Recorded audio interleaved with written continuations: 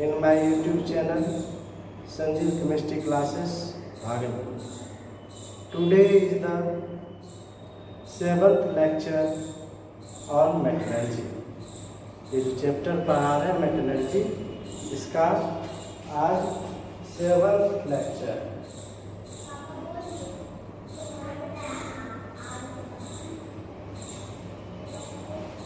Metallurgy का जो है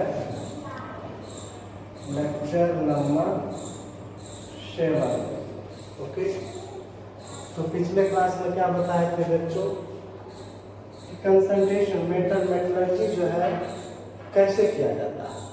पहले बताए थे कंसंट्रेशन ऑफ ओर करते हैं, ओर का सामरण करते हैं।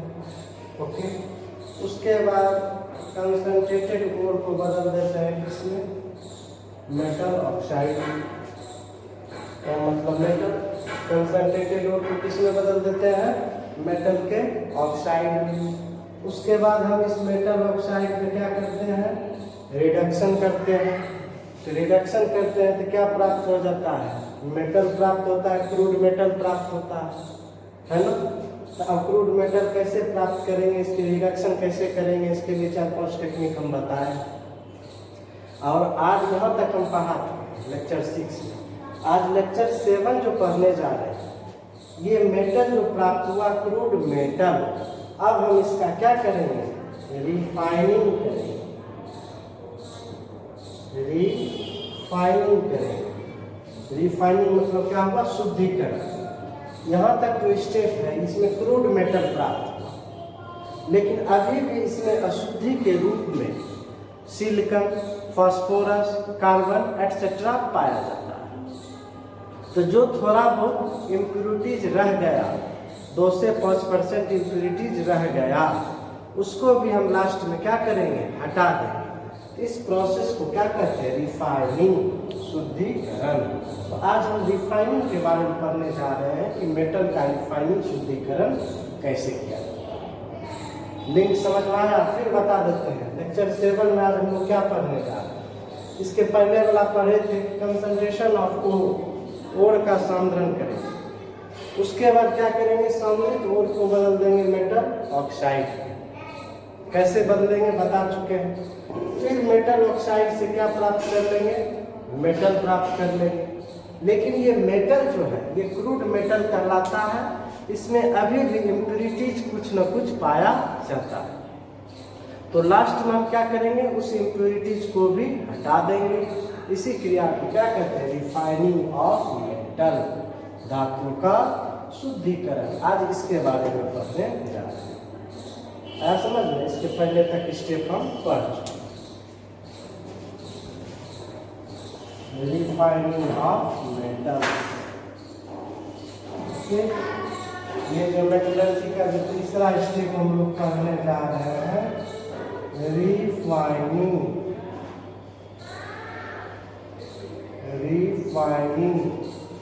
Of metals. Okay, refining of metals मतलब धातुओं का शुद्धिकरण। धातुओं का शुद्धिकरण आज इसके बारे में पढ़ने जा रहे हैं। अब ये क्रूड मेटल जो प्राप्त हुआ है ना, क्रूड मेटल जो प्राप्त हुआ, अभी भी इसमें क्रूड मेटल जो प्राप्त हुआ, अभी भी उसमें इम्प्यूरिटीज के रूप में क्या है? अभी भी इम्प्यूरिटीज के रूप में इसमें क्या है? सिलिकॉन, फास्फोरस, कार्बन, ये सब इम्प्यूरिटीज के रूप में पाया जाता है। इस इम्प्यूरिटीज को हम क्या करेंगे? विभिन्न टेक्निक के द्वारा हम उसको हटा देंगे। इसी क्रिया को कहते हैं रिफाइनिंग ऑफ मेटल। समझे? इसके पहले वाला स्टेप में जो मेटल प्राप्त किए, उस मेटल में अभी भी अशुद्धियां हैं, इम्प्यूरिटीज। उस इम्प्यूरिटीज को हम क्या करेंगे? विभिन्न टेक्निक के द्वारा हटाएंगे। इम्प्यूरिटीज के रूप में सिलिकॉन, फास्फोरस, कार्बन एक्सेट्रा पाया जाता है।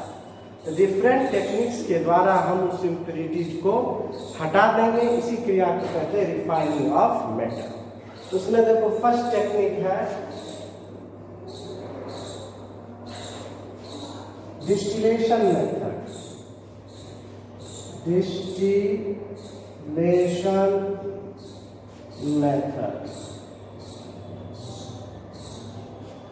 श्रवण विधि, ओके, श्रवण। इसमें हम लोग देखते हैं इस टेक्निक के द्वारा वैसे मेटल का शुद्धिकरण किया जाता है जो वोलाटाइल, जो वाष्पशील, जैसे ZnCdH। ओके, हम क्या करते हैं, एक रिटॉर्ट होता है, पकयंत्र होता है, उस वकयंत्र में अशुद्ध मेटल को रखकर गर्म करते हैं। ओके, तो गर्म करेंगे तो क्या होगा कि वोलेटाइल मेटल जो है वाष्प बन के उड़ेगा। ओके, और उस वाष्प को क्या करेंगे, विभिन्न ग्राहक में, विभिन्न रिसीवर में संघनित कर लेंगे, कंडेंस्ड कर लेंगे। अलग अलग बर्तन में हम उसको वाष्प को क्या कर लेंगे, संघनित कर लेंगे, और अशुद्धियाँ क्या रहेगा, रिटॉर्ट में ही रह जाएगा। इस प्रकार से हमारा मेटल क्या हो गया, शुद्ध हो गया। समझे हम क्या बोले? इसमें एक रिटॉर्ट होता है, बर्तन होता है, वकयंत्र जिसको कहते हैं, उसमें अशुद्ध मेटल को रखकर गर्म करते हैं। तो गर्म करते हैं तो क्या होगा कि जो वोलेटाइल मेटल है, वाष्पशील मेटल है, वह वाष्प बन के उड़ जाएगा, और उसको अलग अलग बर्तन में ग्राहक में क्या करेंगे, कंडेंस्ड कर लेंगे, संघनित कर लेंगे। अशुद्धियाँ क्या रहेगा, वकयंत्र में ही रह जाएगा। इस प्रकार से हम मेटल पे क्या करेंगे, मेटल का शुद्धिकरण कर लेंगे। इसी टेक्निक का क्या नाम है, डिस्टिलेशन मेथड। ओके, इस विधि द्वारा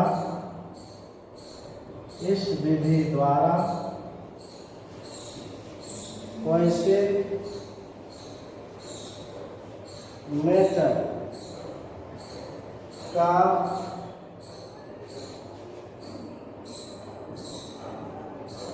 शुद्धिकरण किया जाता है जो वोलाटाइल मतलब क्या, वाष्पशील। इस विधि में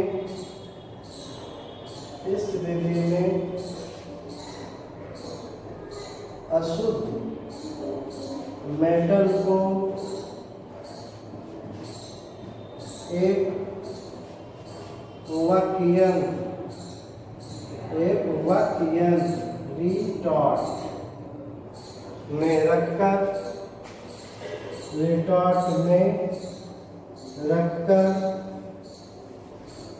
गर्म किया जाता है, एवं वाष्प को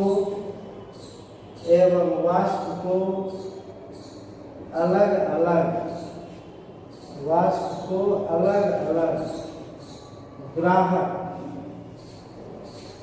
रिसीवर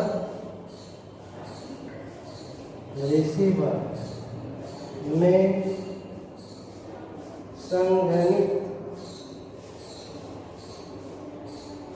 कंडेंस्ड किया जाता है।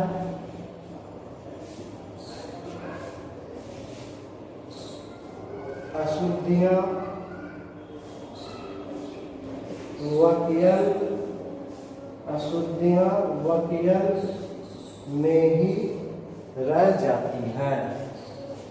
वकयंत्र में ही रह जाती है, ओके। इसके द्वारा हम लोग कैसे मेटल का करेंगे शुद्धिकरण, ZnCdHd,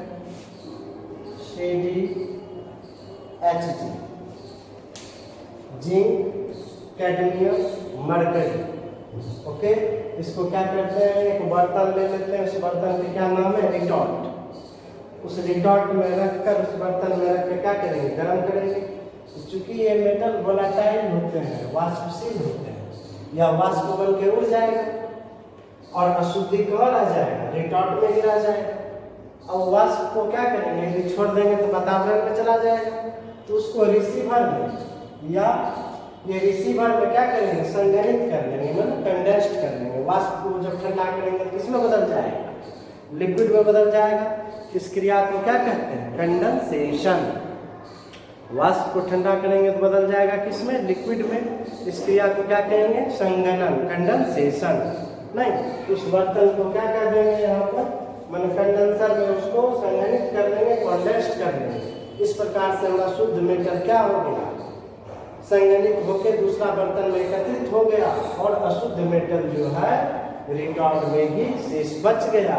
इस प्रकार से हम मेटल के क्या कर लिए, शुद्धिकरण कर लिए। इस टेक्निक का नाम क्या है बच्चों, बताओ, distillation method. Okay, very simple, कहीं कुछ नहीं है इसमें, वेरी सिंपल मेथड है।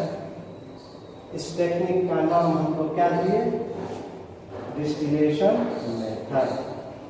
ओके, दूसरा देखो और इजी है, इसका नाम है लिक्वेशन मेथड।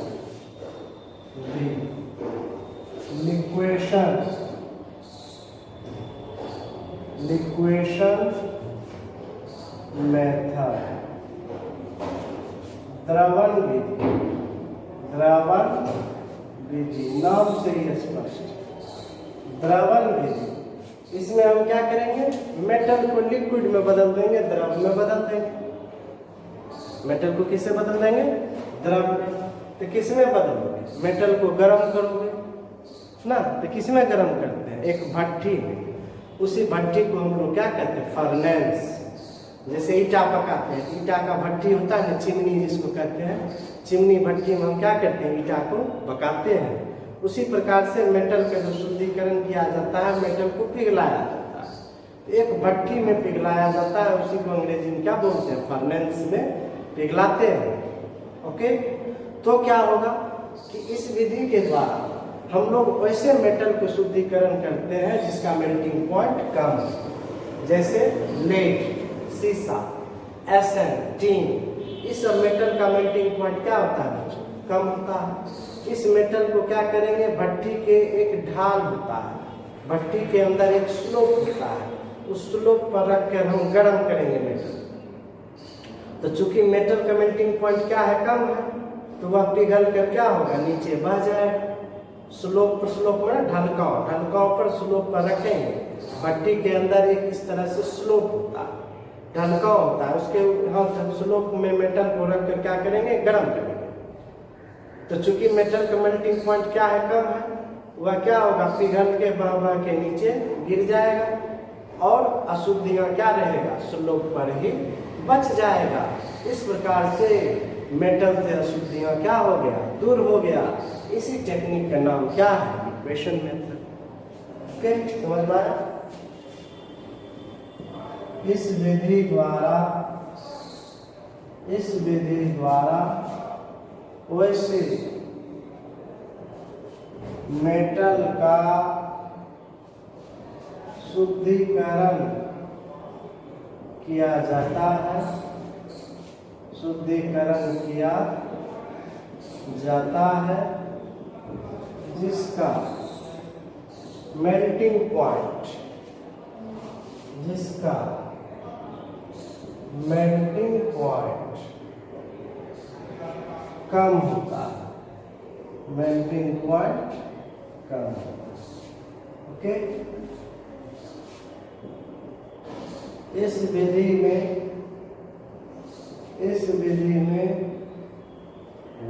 अशुद्ध मेटल को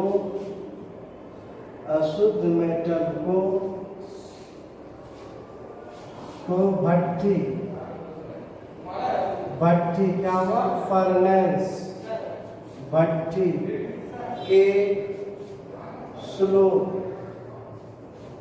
पर रखकर गर्म किया जाता है, रखकर गर्म किया जाता है तो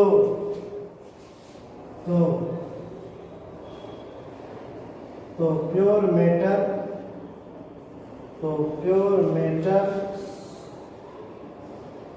पिघलकर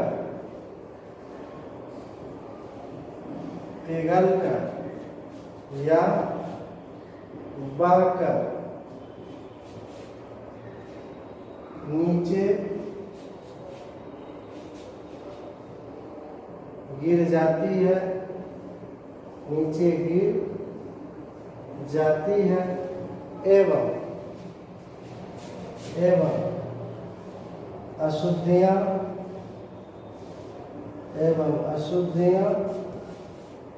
स्लोप पर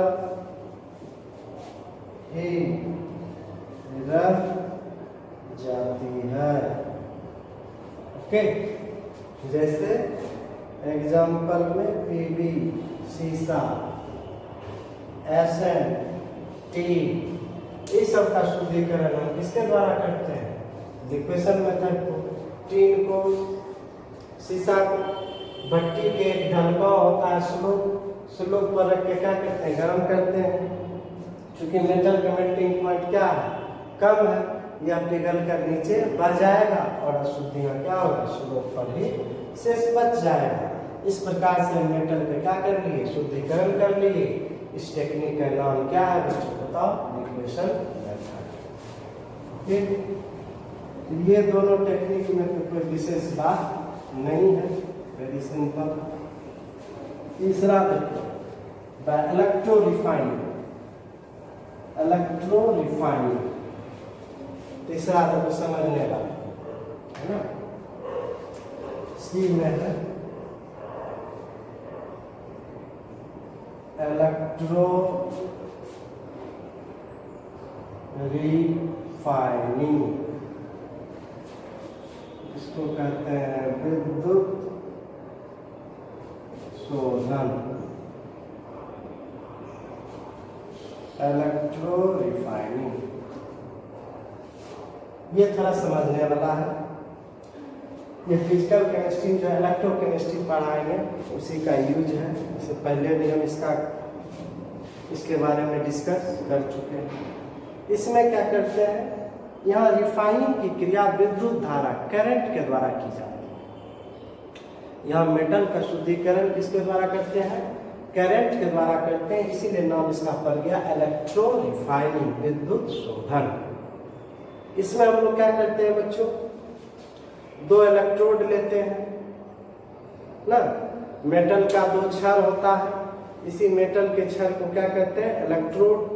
इस दोनों इलेक्ट्रोड को, इस छड़ को क्या करते हैं? एक बैटरी से कनेक्ट कर देते हैं। बैटरी से कनेक्ट करके इसको एक इलेक्ट्रोलाइटिक सॉल्यूशन में डुबा देंगे। तो बैटरी से कनेक्ट कर देंगे तब ना इलेक्ट्रिसिटी फ्लो करेगा, सर्किट पूरा होगा। सर्किट पूरा करने के लिए क्या करते हैं? इसको इलेक्ट्रोलाइटिक सॉल्यूशन में डुबा देंगे। ओके, अब सवाल उठता है कि जिस इलेक्ट्रोड को बैटरी के पॉजिटिव टर्मिनल से जोड़ देते हैं उसको एनोड कहते हैं, और जिस इलेक्ट्रोड को बैटरी के नेगेटिव टर्मिनल से जोड़ते हैं उसको कैथोड कहते हैं। ओके, अब सवाल उठता है कि एनोड किसका बनाया जाता है, कैथोड किसका बनाया जाता है? ये क्वेश्चन पूछता है। ओके, तो तुम जानते हो कि एनोड पर हमेशा ऑक्सीडेशन होता है और कैथोड पर हमेशा रिडक्शन होता है। इसीलिए इम्प्योर मेटल से एनोड बनाते हैं और प्योर मेटल से कैथोड बनाते हैं। ओके, इसका क्या होगा? ऑक्सीडेशन होगा। तो ऑक्सीडेशन होगा तो मेटल आयन कहाँ चलाएगा? इलेक्ट्रोलाइटिक सॉल्यूशन में। और अशुद्धियाँ क्या होगा? एनोड के नीचे एकत्रित हो जाएगा, जिसको एनोड मड कहेंगे। और यही मेटल आयन क्या होगा? रिडक्शन के द्वारा इस कैथोड पर जाके जमा हो जाएगा। इसी टेक्निक का नाम क्या है? Electro refining. देखो तुरंत समझ जाइएगा, कुछ नहीं। इसमें क्या करते हैं? एनोड हम किसका बनाते हैं? एनोड जो हम बनाते हैं किसका? इम्प्योर मेटल से क्या बना देते हैं? एनोड। एनोड पर हमेशा ऑक्सीडेशन होता है, याद रखना। और कैथोड किसका बनाते हैं? प्योर मेटल जो है, प्योर मेटल जो है उसका क्या बनाते हैं? कैथोड। ये ऑब्जेक्टिव पूछता है, ध्यान देना। अशुद्ध मेटल से बनाते हैं एनोड, शुद्ध मेटल से बनाते हैं cathode. Okay. Electrolyte, electrolyte, electrolyte के रूप में हम लोग क्या लेते हैं? Soluble salt of same metal. जो मेटल लेते हैं उसी का साल्ट लेते हैं, और वह साल्ट क्या होता है? सोल्यूबल होता है। Soluble salt, soluble salt of same metal. जो मेटल लेते हैं उसी का साल्ट लेते हैं। मान लो हम लिए कॉपर का मेटल, कॉपर का शुद्धिकरण करते हैं, तो कॉपर का साल्ट सॉल्यूशन लेंगे कॉपर सल्फेट। जिंक लिए तो जिंक का क्या हुआ? जिंक सल्फेट, जिंक क्लोराइड, है ना, जिंक नाइट्रेट। यानी उसी मेटल का क्या लेंगे? साल्ट लेंगे। इसीलिए लिखे साल्ट ऑफ सेम मेटल। वह मेटल, वो साल्ट क्या होता है? सोल्यूबल होता है, घुलनशील होता है, इसीलिए लिखे soluble salt of same metal. Okay. इसमें क्या करते हैं देखो, वेरी सिंपल टेक्निक। हम दो इलेक्ट्रोड लेते हैं, है ना, दो इलेक्ट्रोड लेते हैं। धातु के छड़ को ही इलेक्ट्रोड कहते हैं, बता चुके हैं।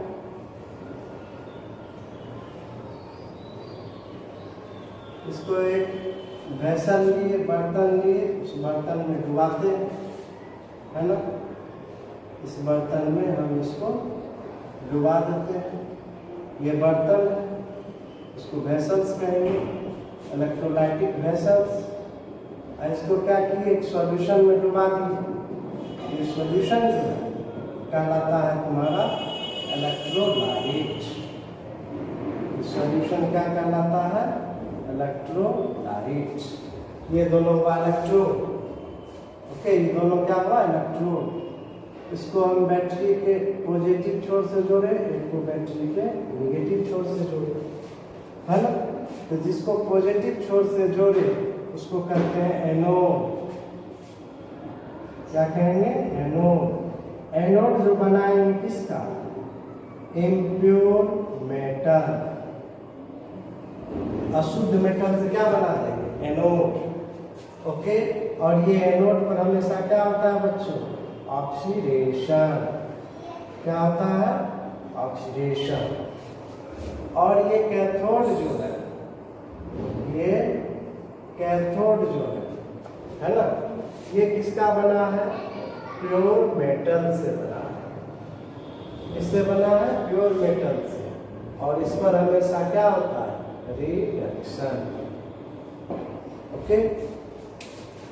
तो ऐसा होने से क्या होगा कि ये जो है एनोड पर ऑक्सीडेशन हो रहा है, यह मेटल पिघल कर मेटल आयन के रूप में, मेटल आयन के रूप में आ जाएगा कहाँ? सॉल्यूशन।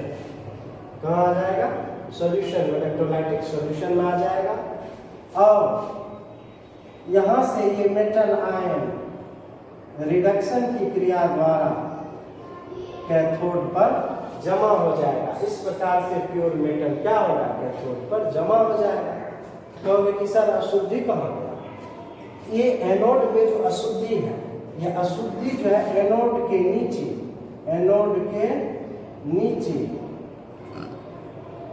इस एनोड के नीचे बर्तन की पेंदी पर जमा हो जाएगा, जिसको हम लोग क्या कहेंगे? Anode mud. इसको हम क्या कहेंगे? Anode mud. क्योंकि एनोड के नीचे आया इसलिए नाम क्या पड़ गया इसका? Anode mud. Anode mud. यह नीचे जमा हो गया और शुद्ध मेटल आयन कहाँ आ गया? इलेक्ट्रोलाइटिक सॉल्यूशन में आया, ऑक्सीडेशन हुआ। और ये मेटल आयन क्या करेगा? इलेक्ट्रॉन गेन करके ये कैथोड पर जमा हो जाएगा। देखो नेट रिएक्शन क्या है? एट एनोड, एनोड पर ऑक्सीडेशन होगा। ये मान लो मेटल है, एन प्लस एन, मान लो एन इलेक्ट्रॉन गेन किया, 2 इलेक्ट्रॉन, 3 इलेक्ट्रॉन, 4 इलेक्ट्रॉन। ये कहाँ चला आया? मेटल आयन कहाँ चला आया? सॉल्यूशन में। ये ऑक्सीडेशन हुआ। Loss of electron is called oxidation. Okay. और ये सॉल्यूशन जो है एट कैथोड, कैथोड पर क्या होगा? रिडक्शन होगा। ये मेटल आयन जो है एन इलेक्ट्रॉन ग्रहण करेगा और मेटल आके जमा हो जाएगा। कहाँ पर? कैथोड पर। कैथोड पर क्या हुआ? रिडक्शन हुआ। इस प्रकार से ये जो मेटल प्राप्त हुआ, यह क्या हुआ हमारा? Pure metal. यह मेटल का शुद्धिकरण हम किसके द्वारा किए? इलेक्ट्रिसिटी के द्वारा किए। इसलिए इस विधि का नाम क्या पड़ा? Electro refining. क्या नाम पड़ा बच्चों? Electro refining. समझे? ये मेटल आयन जो है, मेटल का जो है इस एनोड का ऑक्सीडेशन हुआ। ऑक्सीडेशन होने से मेटल आयन चला आया इलेक्ट्रोलाइटिक सॉल्यूशन में, और अशुद्धियां जो है एनोड के नीचे जमा हो गया, जिसको एनोड मड कहते हैं। और ये मेटल आयन इलेक्ट्रोड से इलेक्ट्रॉन ग्रहण करके ये मेटल क्या होगा? यहाँ पर आके जमा हो जाएगा। ये जो इलेक्ट्रोड है ना, इस इलेक्ट्रोड पर ये शुद्ध मेटल आके यहाँ पर क्या हो गया? जमा हो गया। इस प्रकार से हम क्या किए? मेटल का शुद्धिकरण किए। इसी टेक्निक का नाम क्या है? Electro refining. क्या नाम है बच्चों? Electro refining. मान लो हम यहाँ पर क्या किए? एनोड के रूप में मान लो हम कॉपर का शुद्धिकरण करने जा रहे हैं। एनोड के रूप में क्या लिए? कॉपर। इम्प्योर, अशुद्ध मेटल, अशुद्ध कॉपर से क्या बना है? एनोड। अशुद्ध कॉपर से क्या बना है? कैथोड। उस दोनों को डुबा दिए किसमें? Copper sulphate. किसमें डुबा दिए? कॉपर सल्फेट, है ना। यहाँ Cu क्या करेगा? Cu प्लस प्लस के रूप में आ जाएगा सॉल्यूशन में, 2 इलेक्ट्रॉन रिलीज करेगा। और फिर ये Cu प्लस प्लस क्या करेगा? 2 इलेक्ट्रॉन ग्रहण करेगा और कॉपर प्योर मेटल कॉपर आके क्या जमा हो जाएगा। ओके, मान लेते हैं थोड़ा देर के लिए हम क्या लेंगे? Copper sulphate. कोई जरूरी नहीं कि कॉपर सल्फेट, यदि कॉपर नहीं है तो कॉपर सल्फेट, जिंक नहीं है तो जिंक सल्फेट। मान लो हम एनोड के रूप में हम क्या लेंगे? कॉपर। इम्प्योर कॉपर से एनोड बना दिए, अशुद्ध कॉपर से क्या बना? कैथोड। अब यहाँ पर क्या होगा? Cu प्लस प्लस आएगा यहाँ पर। ये Cu जैसे प्लस प्लस के रूप में आ जाएगा सॉल्यूशन में, 2 इलेक्ट्रॉन रिलीज करेगा। और यही Cu plus plus 2 electron gain करके बदल जाएगा किसमें? प्योर मेटल में बदल जाएगा। इस प्रकार से हमको क्या होगा? शुद्ध कॉपर प्राप्त होगा। इसी क्रिया का नाम क्या है? तो इलेक्ट्रो रिफाइनिंग। इसके द्वारा हम लोग किस तरह करेंगे? करते हैं इसका Cu, Ag, Au, है ना, जिंक, एल्युमिनियम, क्रोमियम, निकेल, इस सब मेटल का शुद्धिकरण हम लोग किसके द्वारा करते हैं? करंट के द्वारा करते हैं, विद्युत धारा के द्वारा करते हैं। इसीलिए इस विधि का नाम क्या पड़ा बच्चों? बता तो? Electro refining. समझे? कंफ्यूजन नहीं रहे।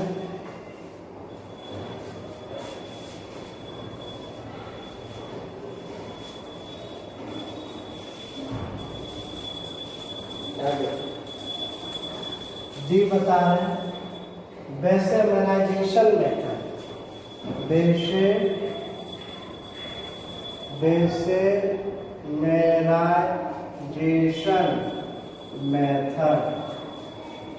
बेसेमराइजेशन मेथड, बेसेमरीकरण विधि। बेसेमरीकरण विधि, है ना। अब देखो बेसेमराइजेशन जो है, बेसेमरीकरण जो है, बेसेमरीकरण जो है ये कराया जाता है बेसिमर कन्वर्टर में, बेसिमर परिवर्तक में कराया जाता है। एक बर्तन होता है उसका नाम है बेसेमर, परिवर्तक माने बेसेमर कन्वर्टर में यह बेसेमराइजेशन प्रक्रिया कराई जाती है। यह प्रक्रिया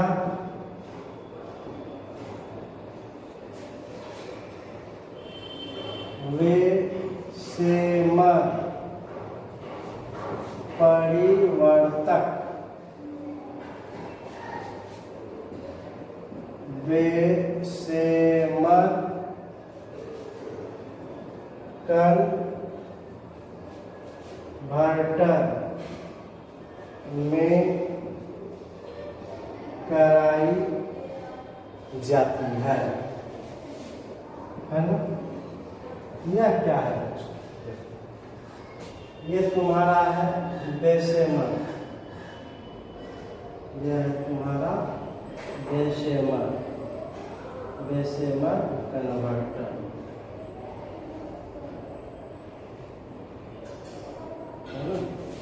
यह बेसेमर कन्वर्टर।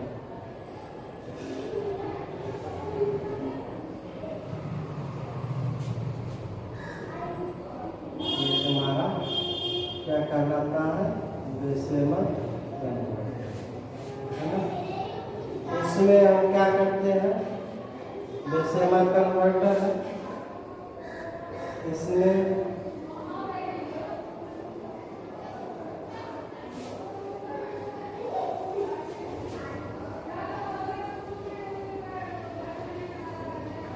ऐसे है, यहाँ से एयर फ्लो कराते हैं, है ना।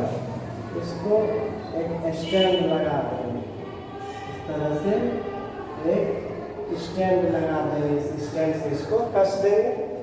इधर भी कसने के लिए स्टैंड के इस छोर में ऐसे कसने के लिए जो है स्टैंड लगा देंगे।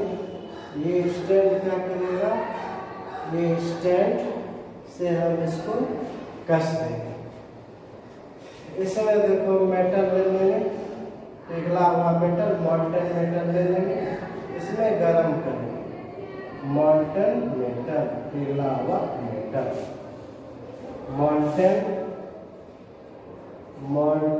मेटल, पिघला हुआ मेटल लेंगे और अशुद्धि जो है उसको गर्म करेंगे तो अशुद्धि जो है ऑक्सीडाइज्ड हो जाएगा। अशुद्धि जो है ऑक्सीडाइज होकर क्या होगा? ऊपर बन उड़ के निकल जाएगा, है ना। इसमें क्या करते हैं? मॉल्टन मेटल को हवा में ऑक्सीकृत करते हैं ना। इसमें मॉल्टन मेटल को वायु में मॉल्टन मेटल को वायु में ऑक्सीडाइज किया जाता है। ऑक्सीडाइज किया जाता है तो अशुद्धियाँ ऑक्सीडाइज होकर ऑक्सीकृत होकर निकल जाती है। है ना। देखो कैसे निकले, है ना। ऑक्सीकृत होकर निकल जाती है। देखो कैसे निकलता है ना। ये जो है मान लो अशुद्धि के रूप में है सल्फर, है ना। वायु में इसको ऑक्सीडाइज किए तो यह सल्फर डाइऑक्साइड बन के निकल गया। यदि कार्बन है, कार्बन जो है कार्बन डाइऑक्साइड बन के निकल गया। ओके। इस विधि के द्वारा हम लोग आयरन, कॉपर इसका शुद्धिकरण करते हैं। समझे? इस विधि के द्वारा हम लोग आयरन और कॉपर का शुद्धिकरण करते हैं। समझ गए बच्चों?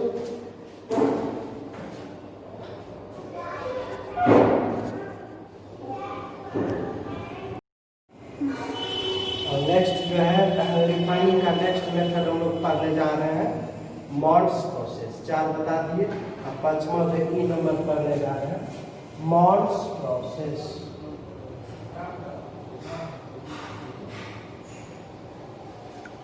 मॉन्स प्रोसेस, मॉन्ड की विधि, मॉन्ड है ना। मॉन्स प्रोसेस में हम लोग क्या करते हैं, इस विधि के द्वारा हम लोग निकेल का शुद्धिकरण करते हैं। ओके, निकेल को क्या करते हैं, कार्बन मोनोऑक्साइड के साथ हीट कराते हैं, अभिक्रिया कराते हैं, तो एक कॉम्प्लेक्स कंपाउंड बनाता है nickel tetra carbonyl. Nickel tetra carbonyl एक वोलेटाइल कंपाउंड है, और जिसको हम हीट कर देते हैं तो यह विघटित हो जाता है या डिकम्पोज हो जाता है, और डिकम्पोज होने के बाद प्योर निकेल प्राप्त होता है और कार्बन मोनोऑक्साइड जो है गैस बन के निकल जाता है। इस विधि के द्वारा हम लोग निकेल का शुद्धिकरण करते हैं, और इस टेक्निक का उपयोग कौन किया, मॉन्ड ने अपने नाम पर रखा, मॉन्स प्रोसेस। ओके, इसमें देखो क्या करते हैं बच्चों, निकेल, निकेल जो है तुम्हारा इम्प्योर मेटल, इम्प्योर मेटल है निकेल, है ना। इसको हम क्या करते हैं, कार्बन मोनोऑक्साइड के साथ हीट कराते हैं, हीट कराते हैं 333 से 353 केल्विन पर हीट कराते हैं, है ना। यह क्या करता है, निकेल कार्बन मोनोऑक्साइड के साथ संयोग कर एक कॉम्प्लेक्स बनाता है, निकेल टेट्रा कार्बोनिल कॉम्प्लेक्स। यह कैसा है, वोलेटाइल कॉम्प्लेक्स, वोलेटाइल कॉम्प्लेक्स, उड़नशील कॉम्प्लेक्स। ओके, वोलेटाइल का उड़नशील हुआ, यौगिक बनाया, वोलेटाइल कॉम्प्लेक्स बनाया। इसको जब हम अगेन हीट करते हैं, इसको जब हम अगेन हीट करते हैं तो यह क्या होता है, निकेल जो है प्योर मेटल के रूप में अलग हो जाता है, और कार्बन मोनोऑक्साइड जो है गैस बन के निकल जाता है। इस प्रकार से हमको क्या हो जाता है, प्योर मेटल, प्योर निकेल प्राप्त हो जाता है। ध्यान दीजिएगा, यहाँ इम्प्योर निकेल है, इसको कार्बन मोनोऑक्साइड के साथ हीट किए, एक कॉम्प्लेक्स बना, जो कॉम्प्लेक्स क्या है, वोलेटाइल है, उड़नशील है। उसको अगेन जब हम हीट करते हैं, यह वोलेटाइल कॉम्प्लेक्स टूट जाता है, डिकम्पोज हो जाता है, और डिकम्पोज होने के बाद यह प्योर निकेल प्राप्त होता है, और कार्बन मोनोऑक्साइड गैस बन के निकल जाता है। इसी टेक्निक का नाम क्या है, मॉन्स प्रोसेस। ओके, इस विधि में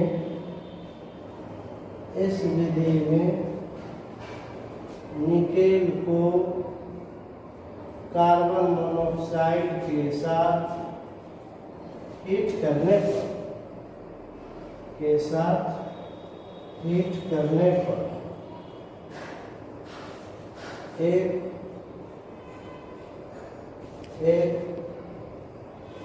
वोलेटाइल उड़नशील कॉम्प्लेक्स प्राप्त होता है, कॉम्प्लेक्स प्राप्त होता है, जिसे पुनः गर्म करने पर, हीट करने पर विघटित होकर डिकम्पोज होकर,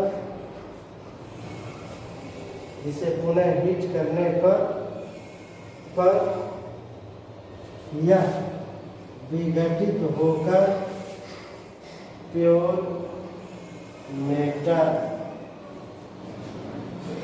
देता है, और कार्बन मोनोऑक्साइड गैस बन के क्या होगा, निकल गया। इस टेक्निक का नाम क्या है बच्चों, मॉन्स प्रोसेस। इस टेक्निक का नाम क्या है, मॉन्स प्रोसेस। यहाँ देखो टेम्परेचर जो हम लेते हैं 453 से 471, 453 से 473 केल्विन। ध्यान देना, ऑब्जेक्टिव आएगा कि मोल्स प्रोसेस के द्वारा किसका शुद्धिकरण किया जाता है? निकेल मेटल का। किसका शुद्धिकरण किया जाता है?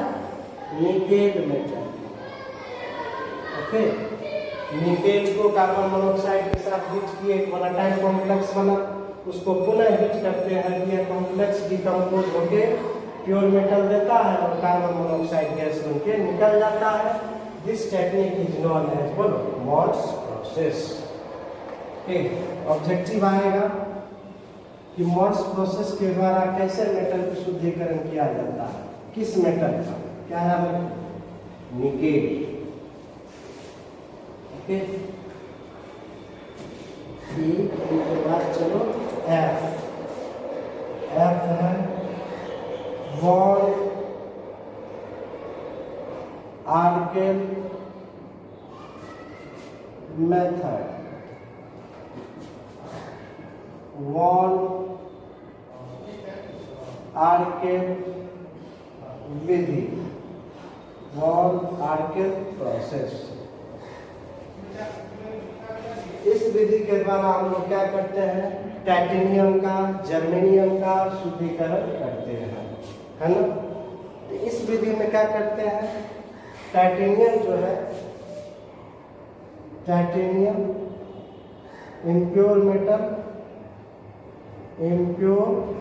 मेटल टाइटेनियम, इसको आयोडीन के साथ जब हम हीट कराते हैं तो यह बनाता है टाइटेनियम टेट्रा आयोडाइड, है ना? यह कैसा कंपाउंड बना? वोलेटाइल कंपाउंड बना। ओके, इसको जब हम पुनः हीट करा देते हैं, है ना? इसको जब हम पुनः हीट करते हैं 1700 केल्विन पर, तब यह डिकम्पोज होकर क्या बना देता है? प्योर टाइटेनियम, और आयोडीन क्या होता है? अलग हो जाता है, और इस प्रकार से हमको प्योर टाइटेनियम प्राप्त हो जाता है। ओके, तो पहले हम क्या करते हैं? टाइटेनियम को हीट कराते हैं। टाइटेनियम को जो हीट कराते हैं 523 केल्विन पर, टाइटेनियम को आयोडीन के साथ हीट करते हैं कितना पर? 523 केल्विन पर हीट किए तो क्या बना? Titanium tetra iodide. यह वोलेटाइल कंपाउंड है। इसको अगेन हायर टेम्परेचर 1700 केल्विन पर जब हीट किए तो यह डिकम्पोज होकर प्योर टाइटेनियम दिया, और आयोडीन क्या होगा? अलग। इस विधि के द्वारा जो है वॉन एंड आर्केल ने टाइटेनियम का शुद्धिकरण किया, तो अपने नाम पर क्या रखा? Von आर्केल method. Okay,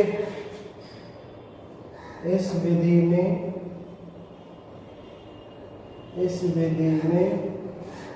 impure metal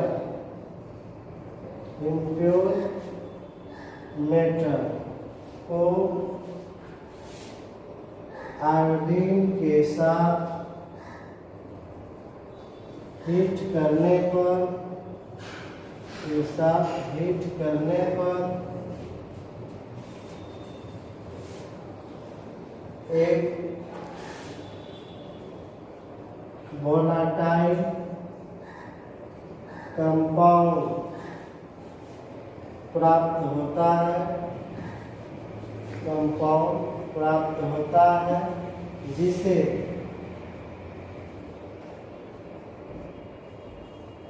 higher temperature पर गर्म करने से प्योर मेटल प्राप्त होता है ना? इस टेक्निक का नाम क्या है बच्चों? Von आर्केल method. इस विधि के द्वारा हम लोग टाइटेनियम, जर्मेनियम इसका शुद्धिकरण करते हैं। ओके, लिखो, इसका कहते हैं टाइटेनियम, जर्मेनियम इसका शुद्धिकरण करते हैं। ओके, कर लिया, नोट कर लिया ना। टाइटेनियम और जर्मेनियम इस सब को शुद्धिकरण हम लोग करते हैं किस विधि से, बॉन्ड काटकर। एफ बता दिए एंड लास्ट बता रहे हैं जी, है ना। इसको हम लोग कहते हैं John refining method. Last technique जो है तुम्हारा John refining method, John refining method. इसको हिंदी में कहते हैं प्रक्षेप शोधन विधि, प्रक्षेप शोधन विधि, जॉन रिफाइनिंग मेथड। ओके, लिख लिया, जॉन रिफाइनिंग मेथड, प्रक्षेप शोधन विधि। देखो इस विधि में हम लोग क्या करते हैं, यह विधि जो है फ्रैक्शनल क्रिस्टलाइजेशन सिद्धांत पर आधारित है। ओके, प्रभाजी क्रिस्टलन सिद्धांत पर आधारित है। इस विधि में क्या करते हैं, पिघली हुई अशुद्ध मेटल जब ठंडा किया जाता है, पिघली हुई अशुद्ध मेटल को जब ठंडा किया जाता है तो प्योर मेटल क्रिस्टल बन के पहले अलग हो जाता है। ओके, तो प्योर मेटल क्रिस्टल बन के पहले क्या हो जाता है, अलग हो जाता है, और अशुद्धियां जो है द्रवित अवस्था में ही रह जाती है। इसी विधि का नाम क्या है, जॉन रिफाइनिंग मेथड। यह विधि प्रभाजी क्रिस्टलन फ्रैक्शनल क्रिस्टलाइजेशन के सिद्धांत पर आधारित है, पर आधारित है। इस विधि में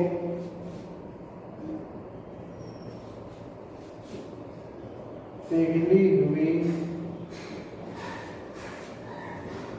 अशुद्ध धातु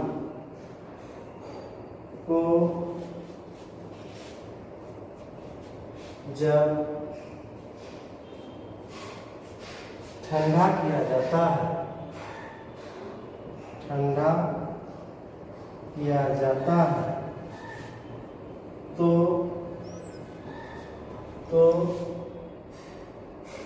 शुद्ध मेटल, शुद्ध धातु ना, प्योर मेटल पहले क्रिस्टल बनकर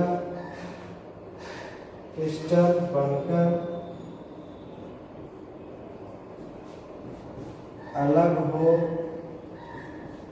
जाता है एवं अशुद्धियां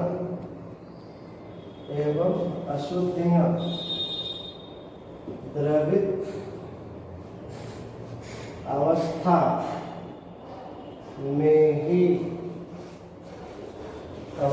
में ही रह जाती है ना, द्रवित अवस्था में ही रह जाती है। इस विधि के द्वारा हम लोग बोरॉन, इरिडियम, सिलिकॉन, जर्मेनियम का शुद्धिकरण करते हैं। फिर से समझ लो बच्चों, जॉन रिफाइनिंग मेथड यह क्या है, फ्रैक्शनल क्रिस्टलाइजेशन प्रिंसिपल पर आधारित। इसमें हम क्या करते हैं, इम्प्योर मॉल्टन मेटल, पहले मेटल को, इम्प्योर मेटल को गर्म करेंगे तो क्या हो जाएगा, पिघल जाएगा। पिघलने के बाद वह आ जाएगा पिघली हुई अवस्था में, गर्म करेंगे तो वह पिघली हुई अवस्था में आ जाएगा। वही हुआ इम्प्योर मॉल्टन मेटल, मतलब अशुद्ध मेटल को क्या करते हैं, पिघला देते हैं। पिघलाने के बाद जब हम उसको ठंडा करते हैं तो जो प्योर मेटल है वह क्रिस्टल बनकर ठोस बनकर पहले क्या हो जाएगा, अलग हो जाएगा, और अशुद्धियाँ क्या रहेगा, द्रवित अवस्था में ही रह जाएगा। ओके, अशुद्धियाँ किस अवस्था में, इम्प्यूरिटी क्या है, मॉल्टेन स्टेट में ही रह गया, इम्प्यूरिटी मॉल्टेन स्टेट में ही रह गया, और प्योर मेटल को जब हम ठंडा किए तो प्योर मेटल क्या हुआ, क्रिस्टल बन के निकल गया। इस टेक्निक का नाम है जॉन रिफाइनिंग मेथड, प्रक्षेत्र शोधन विधि। इस विधि द्वारा बोरन, इरिडियम, सिलिकॉन, जर्मेनियम का शुद्धिकरण किया जाता है। तो बच्चों मेटलर्जी का जो 3 स्टेप है, आज तीसरा स्टेप पूरा करो। पहला स्टेप बताए कंसंट्रेशन ऑफ ओर, दूसरा स्टेप बताए extraction of metal from concentrated ore, है ना, और तीसरा क्या है, रिफाइनिंग। अब रिफाइनिंग में हम 5-6 आपको बताए, एक बताए डिस्टिलेशन मेथड, दूसरा लिक्वेशन मेथड, तीसरा इलेक्ट्रो रिफाइनिंग मेथड, चौथा डेसिमराइजेशन मेथड, 5वां मोल्ड्स प्रोसेस, 6 नंबर जो हम आपको बताए वॉन आर्केन मेथड, 7 नंबर बताए जॉन रिफाइनिंग मेथड। तो प्यूरिफिकेशन का जो है, मेटलर्जी का जो तीसरा स्टेप प्यूरिफिकेशन है या रिफाइनिंग है, आज हम उसको कंप्लीट कर दिए। इस वीडियो को लाइक करना, शेयर करना, सब्सक्राइब करना, और जब भी आगे वाला वीडियो पढ़ो तो पहले पीछे वाला वीडियो देखो। यह मेटलर्जी का जो है 7वां लेक्चर है। ओके।